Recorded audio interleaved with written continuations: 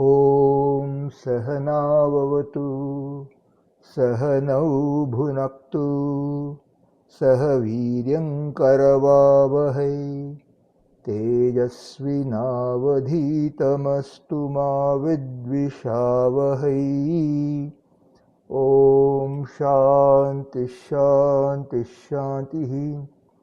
We are reading from the book Sadhana Panchakam by Swami Dayananda Saraswati. It's a commentary on a set of 5 verses by Adi Shankaracharya, also known as Sadhana Panchakam. They're basically instructions to the spiritual seeker, to the sadhaka. 5 verses, each verse has 8 instructions for a total of 40 instructions. We're currently in the discussion of verse 3. So we'll chant verse 3 and the translation of the whole verse 3, and then we'll continue from where we left off on verse 3. We were in the middle of the discussion of verse 3.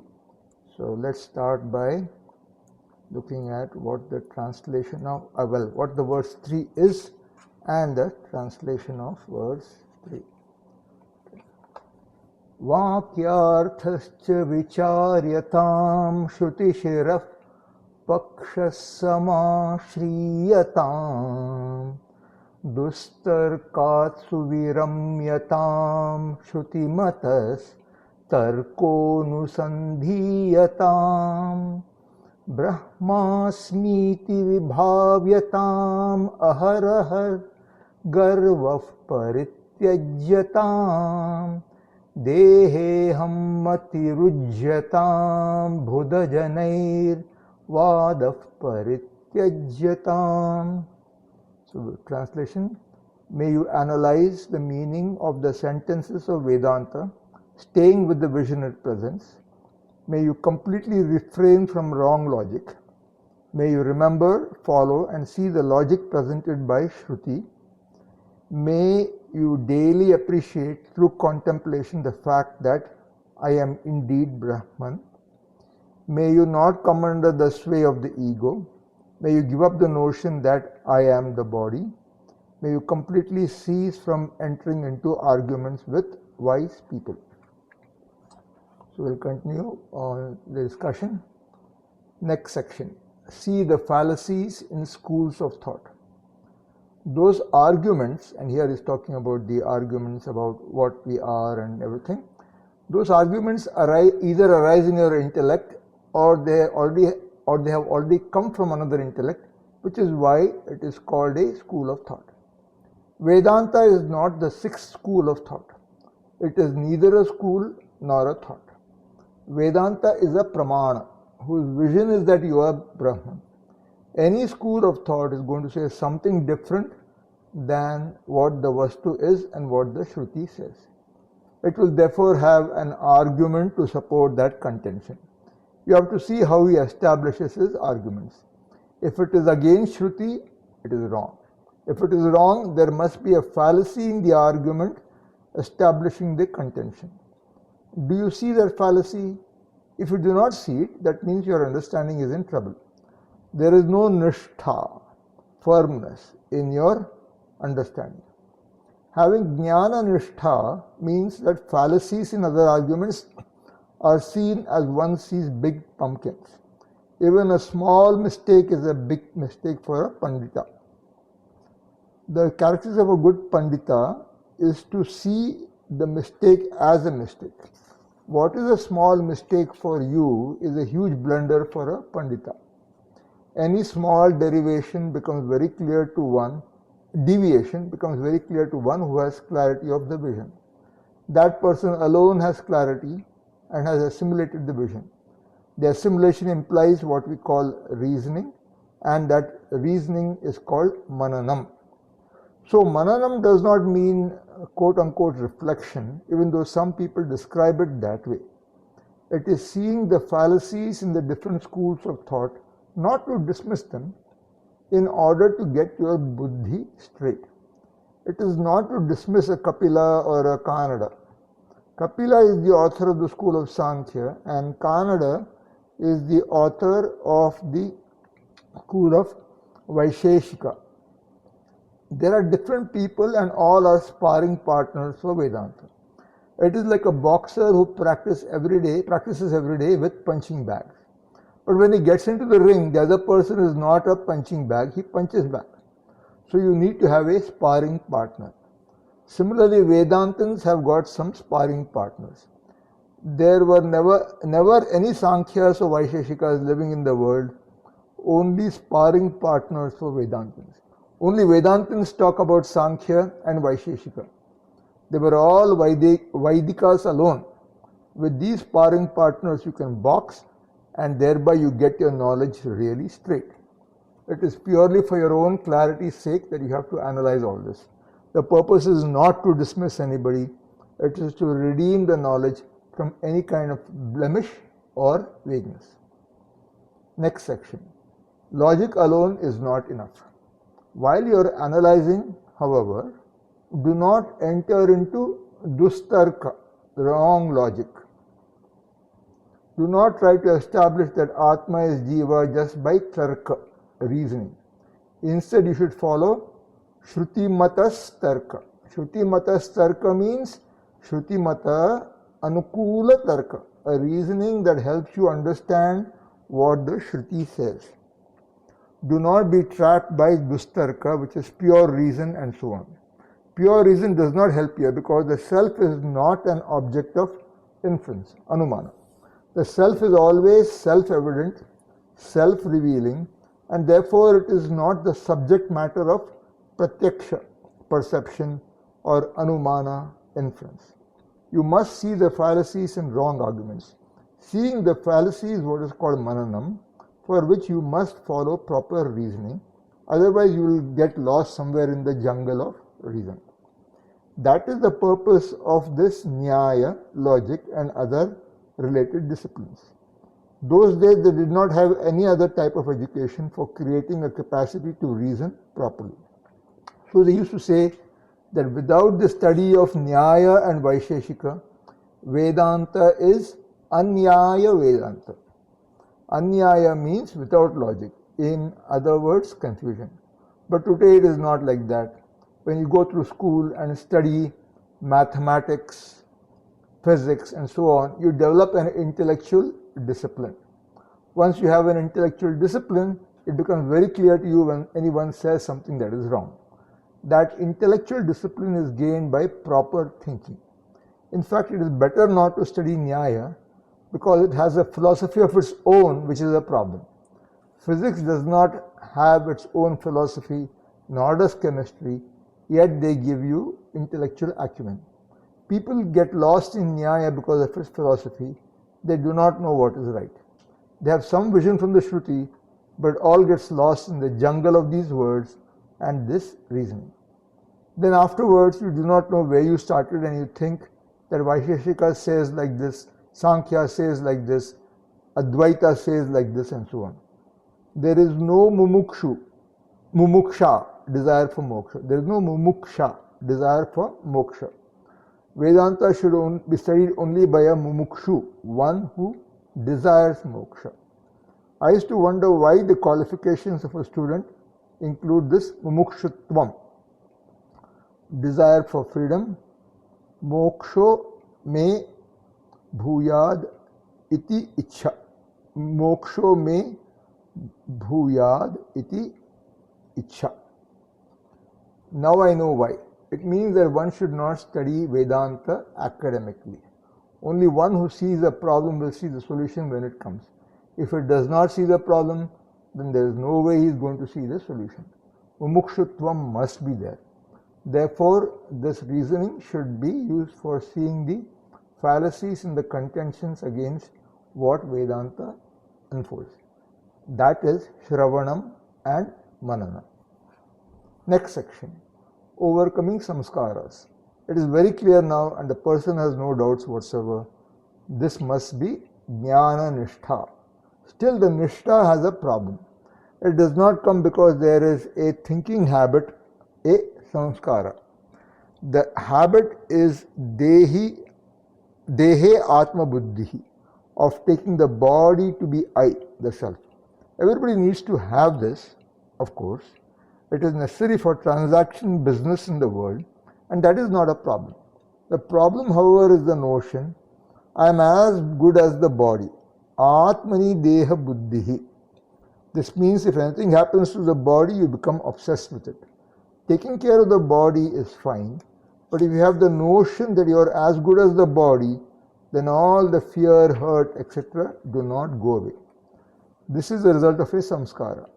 A lot of change has taken place cognitively, but there is still an emotional problem with its own background. You have to deal with that. If it is really a very serious problem, you have to resolve it through prayer and other means. But here we are talking about an average person who has some samskaras. Atmani deha buddhihi is something common, something that has been there for a long time. Therefore, one has to do nididhyasanam, contemplation, in order to eliminate the viparita buddhi, this notion that I, the Atma, am as good as the body, mind, sense complex. You take a word such as aham, I, and see that aham is Brahman. See the meaning of the word.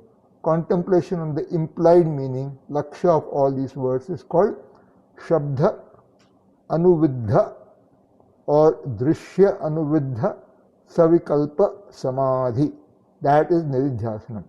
Again, shabda anuviddha means contemplation in keeping with the word, and drishya anuviddha savikalpa samadhi is contemplation in keeping with the object. So drishya anuviddha, contemplation in keeping with an object, shabda anuviddha, contemplation in keeping with a word. That is nididhyasanam.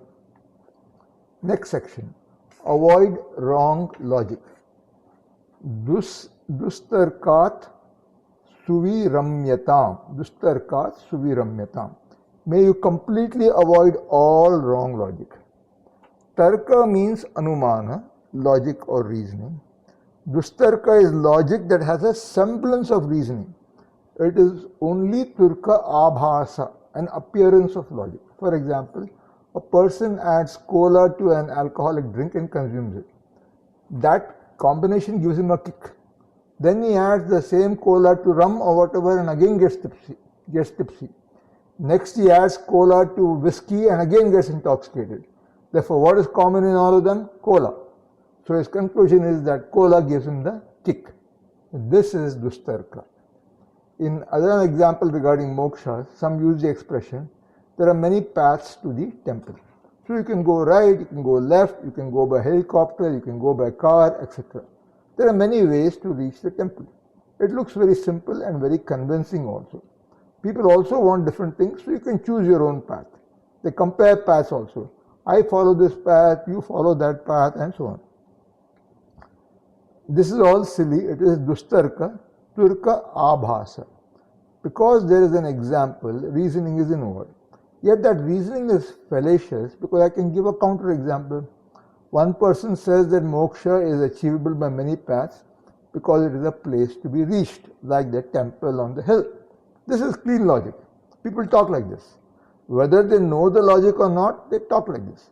But I say that moksha cannot be reached by many paths, like entry into the main shrine. There is only one door to enter into the shrine. Or it is like knowing the color of an object. How many ways do you have to know the color of an object? Only one. So now that tarka is gone. If you are giving an example that uses fallacious logic, I can give you another example and an entirely different logic. Next section, the nature of moksha. Therefore, the first question we have to ask is, what is the swarupa of moksha? Afterwards, we can think of the path.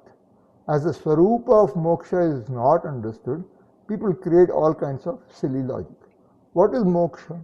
What do you mean by moksha? If that is very clear, you do not have many paths at all.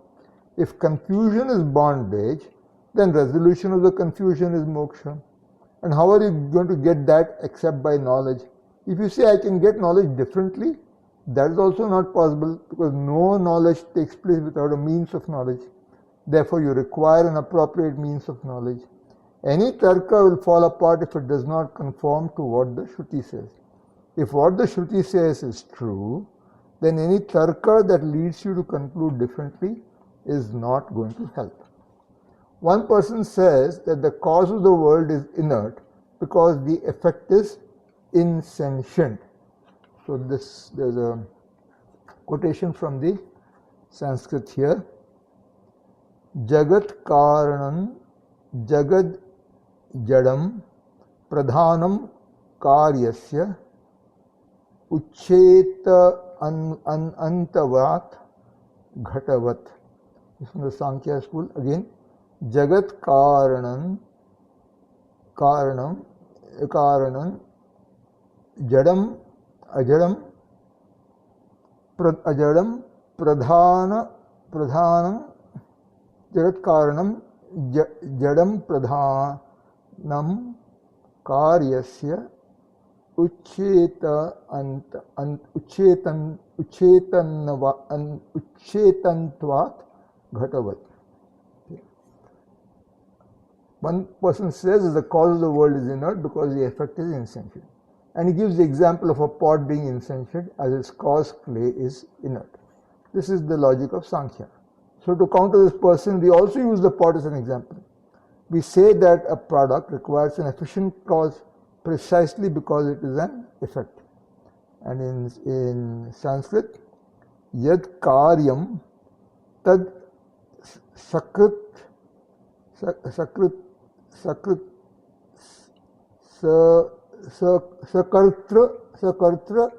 sakartraka karyatvat ghatavat.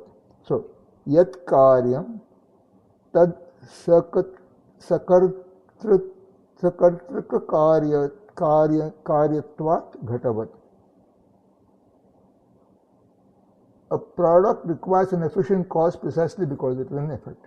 This therefore implies a kartra, chetana kartritvam, conscious agent of action. Product is a product, implying a conscious agent. Now this person's logic is finished. The tarka we present is in keeping with what the Shruti says. So kamyata bahushyam prajayeti. So kamyata bahushyam prajayeti. He desired, may I become many. So this is Taittiriya Upanishad, mantra 2.6. It says, Satyam Jnanam Anantam Brahma, not Satyam Jadam Anantam. Brahman is existence, consciousness, limitless, not existence, inert, limitless. The Yukti logic is there, and at the same time Shruti is also there. This is called Shruti Sammatta Yukti or Shruti Anukula Yukti, reason that is helpful in understanding what Shruti says. Next section, assimilating the words of Shruti.